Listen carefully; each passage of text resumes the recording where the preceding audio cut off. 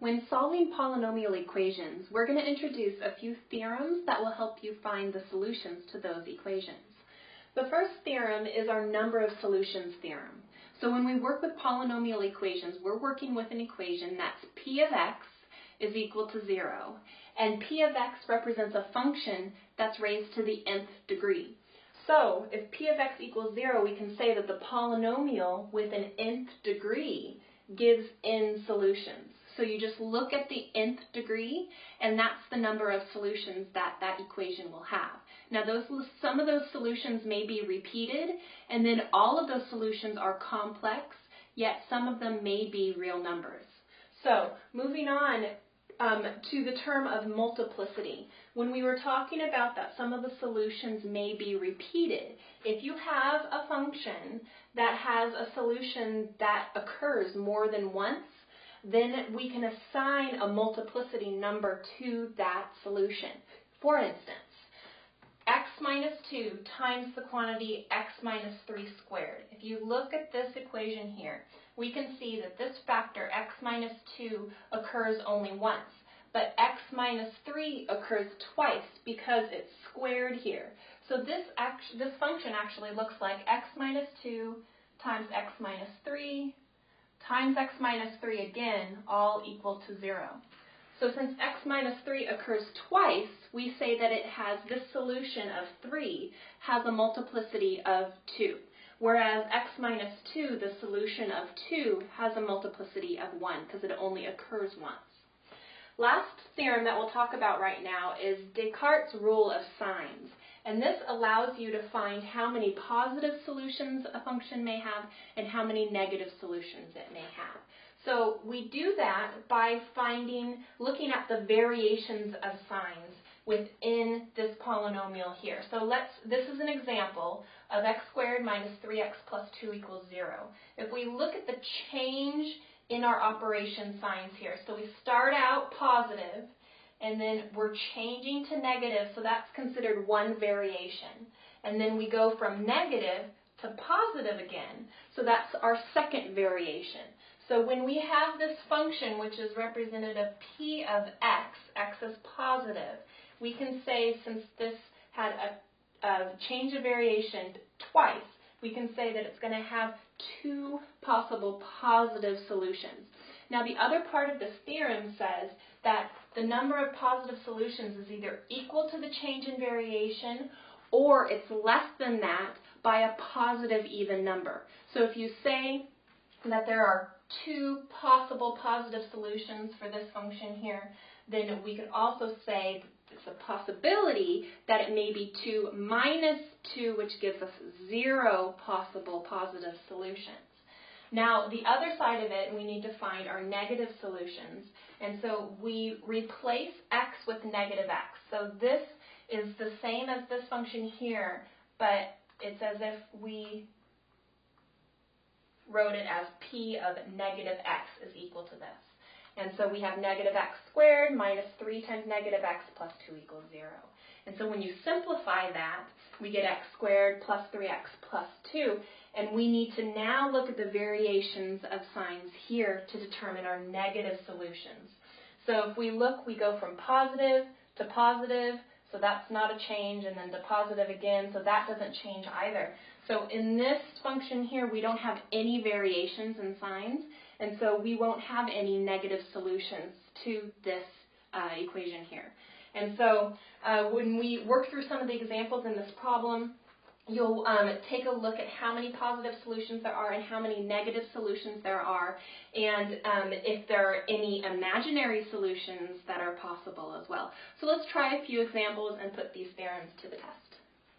For the following polynomial equations, we're asked to find the number of solutions, the possible number of positive real solutions, and the possible number of negative real solutions. So for our first polynomial equation, we have 3x to the fourth minus 2x cubed plus x squared minus 2x plus 3 equals 0. So for our first question, we're asked to find the number of solutions. We can use our number of solutions theorem, and we look at the degree of the polynomial, which it's raised to the 4th degree here. So we can say that there are possible 4 solutions for this equation here. For B, the possible number of positive real solutions, we're going to use Descartes' rule of signs and look at the variations of signs in this first polynomial here. We start positive when we go to negative, so that's 1 variation. Then we go negative to positive, that's 2 variations. Positive to negative is 3 variations, and the negative to positive again is we have 4 total variations for P of x, which is our positive real solutions. And so we have 4 total possible positive real solutions, but the theorem also says that it could also be less than that by a positive even number. So we can go 4 minus 2, which gives us 2, and then 2 minus 2, which gives us 0. So for this equation here, it's possible that it has either 4 positive real solutions, or 2 positive real solutions, or 0 positive real solutions, according to that theorem. Now, for the positive number of negative real solutions, we need to replace x with negative x. So we're going to write it as 3 times negative x to the 4th minus 2 times negative x to the 3rd plus negative x squared minus 2 times negative x plus 3 equals 0. So we can simplify this, and we can do this fairly easily. If we look, any of the negative x's raised to an even power, it's not going to change that term, the sign on that term. If it's raised to an odd power, though, it will change that sign. So here, this simplifies the 3 times negative x raised to the 4th power. This simplifies back to 3x to the 4th. But 2 times negative x to the 3rd, this is going to maintain the negative sign there, so we change our subtraction sign to an addition sign, and we have plus 2x cubed. Then again, negative x squared is just x, so this stays the same. We have x squared, and then we have negative 2 times negative x, so this sign changes as well, so we have plus 2x plus 3 equals 0 to finish it out.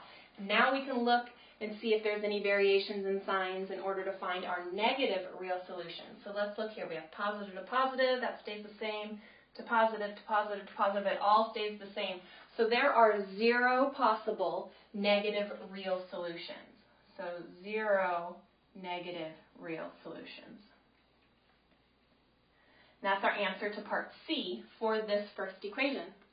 So let's move on and do the second equation here. We have x to the 4th plus x squared minus 1 equals 0.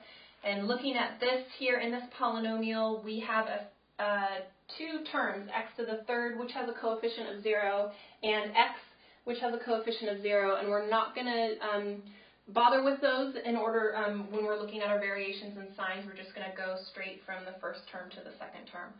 But first, let's look at our total possible solutions for part A and our number of solutions theorem. We look at our degree 4. So part A, we have 4 possible solutions here. Now part B, we find our number of positive real solutions by looking at our variations in sign. So we go positive to positive, that doesn't change, but then positive to negative here, that's 1 variation. So our answer for B is 1 possible positive real solution. And then just as we did in the previous problem, let's replace x with negative x in order to find our possible negative real solution. So we have negative x to the 4th plus negative x squared minus 1 equals 0. Simplifying this, since our powers are all even, this simplifies back to our original equation. And then we look at our variations in sign. Again, positive to positive is no change, but positive to negative here is 1 variation. So we have 1 possible negative real solution. And there you go. One other thing to note, too, that if you're dealing with a problem that has, let's look at this second one that we just did. It has 4 total possible solutions, but when we looked for the real solutions, we only got one possible for positive and one possible for negative. So that means that there are some extra solutions out there that we would need to figure out, and that's where the imaginary solutions come into play. So pay attention to that and see if any of those pop up when you're working through the problem set. Let's move on, and we're going to talk about one more important theorem. Now, the rational solution theorem is a way to list all of the possible rational solutions for a polynomial equation. And we do that by saying P of Q is a solution to this polynomial equation. If that's true, then P is a factor of the constant term A sub 0. And then Q in the denominator, that's a factor of the leading coefficient of our first term in the equation, A sub n. And then we can use our values for P and Q, put them together in order to find possible solutions for this equation. So let's go ahead and try an example using this theorem. Okay, for this problem, we're asked to solve x cubed minus 3x squared plus 4x minus 12 equals 0, and we need to solve this completely, so we need to find all of the solutions. So let's start by listing what we know. We can look at the degree of this polynomial equation here. It's raised to the third power here, so the total possible solutions we can write as 3. Then we can use Descartes' rule of signs, and we can look at the total possible positive real solutions by looking at the variations of signs in the equation. So for the positive real solutions, let's look. We've got positive to negative, that's 1. Negative to positive, that's 2, and positive to negative, that's 3. So we have 3 possible positive real solutions, but we also have 1 possible positive real solution because it's either equal to the number of variations in signs here, or it's less than that by a positive even number. So 3 minus 2 gives us 1. Now for our negative real solutions, let's substitute negative x in for x here in this equation. So we have negative x cubed minus 3 times negative x squared plus 4 times negative x minus 12 equals 0. Simplifying this, this is an odd power, so this is going to change the sign to x, negative x to the third. Minus, here we have an even power, so this sign doesn't change. We have negative or subtracting 3x squared. And then here we have an odd power, so this changes to negative 4x. And then the rest of it is minus 12 equals 0. So now if we look at the variations in sign in order to find our negative real solutions, we have negative to negative, to negative to negative. They're all negative across the board, so there are no change in signs, and so we have 0 possible negative real solutions. So let's plug this information into a table here. Okay, so we have our first, we've got a possible 3 positive real solutions. And if we line that up with our possible 0 negative solutions, if we look at the total that we have here, we have 3 solutions total, and that equals our total possible solutions. This line here is for both real and imaginary solutions. So since we have all of our solutions covered with our positive and our negative here, that would mean that if this were the solution route for this equation, we would have 0 imaginary solutions. Now, if we were to go to this 1 positive real solution possibility, we would put 1 here. We still have 0 negative solutions, but that leaves 2 remaining solutions to find. And so we would put that 2 here, which means that this row would allow for 1 possible positive real solution and then 2 possible imaginary solutions. So now let's move on and we'll do the rational solution theorem. We're going to plug in our values for P and Q. I've written them out here to save us time. For P, this we want to say that it is equal to a factor of our constant value, which is negative 12. Our A sub 0 value is up here. And so the factors of negative 12 could be plus or minus 12, 6, 4, 3, 2, or 1. Now for Q, Q could be a factor of the leading coefficient in our equation, A sub n. And the leading coefficient up here is just 1. So factors of 1 is positive or negative 1. Okay, and then we plug these values in for P over Q. So our possible solutions to this equation here could be positive or negative 12, 6, 4, 3, 2, or 1, because I put the values of P over the values of Q, and that's what we get there. So now let's choose a couple of these possible solutions, and then we'll do some synthetic division in order to find and see if we have a remainder of 0, which would mean that they are a solution to this equation. So let's choose the factor of 2. Let's say we were to do some synthetic division with this factor. We were going to divide this polynomial by x minus 2. So let's pull down our coefficients. We have 1, we have negative 3, we have 4, we have negative 12. And then working through our division here, bring down our 1. 2 times 1 is 2. Negative 3 plus 2 is negative 1. 2 times negative 1 is negative 2. 4 plus negative 2 is 2. 2 times 2 is 4. Negative 12 plus positive 4 is negative 8. So it means we have a remainder of negative 8, which then eliminates 2 as a possible solution for this equation. So let's try one more. Let's try 3. If we were to plug in 3 and do the same process, so we have our coefficients again are 1, negative 3, 4, and 12. Again, those are the coefficients of our terms in our equation here. Bring down our 1. 3 times 1 is 3. Negative 3 plus positive 3 is 0. 3 times 0 is 0. 4 plus 0 is 4. 3 times 4 is positive 12. Negative 12 plus positive 12 is 0. And look at that. We have a remainder of 0, which means that 3 is a solution to our equation. And we can use this answer here, 1, 0, and 4, and create our other factor. And so we can rewrite this equation then factored as x minus 3 times x squared, this is the coefficient here, and then we have the 0 coefficient for our x term, so we won't write that at all, it's eliminated. And then we have 4 as our constant. And this is all equal to 0.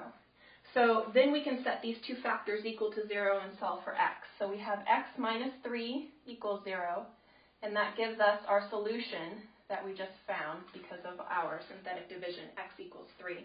Let's also set this parenthetical equal to 0. We have x squared plus 4 equals 0. And solving for x, if x squared equals negative 4, if we were to take the square root of each side, then that leaves a square root of negative 4, which means that we have x, and we can simplify this side using some imaginary numbers.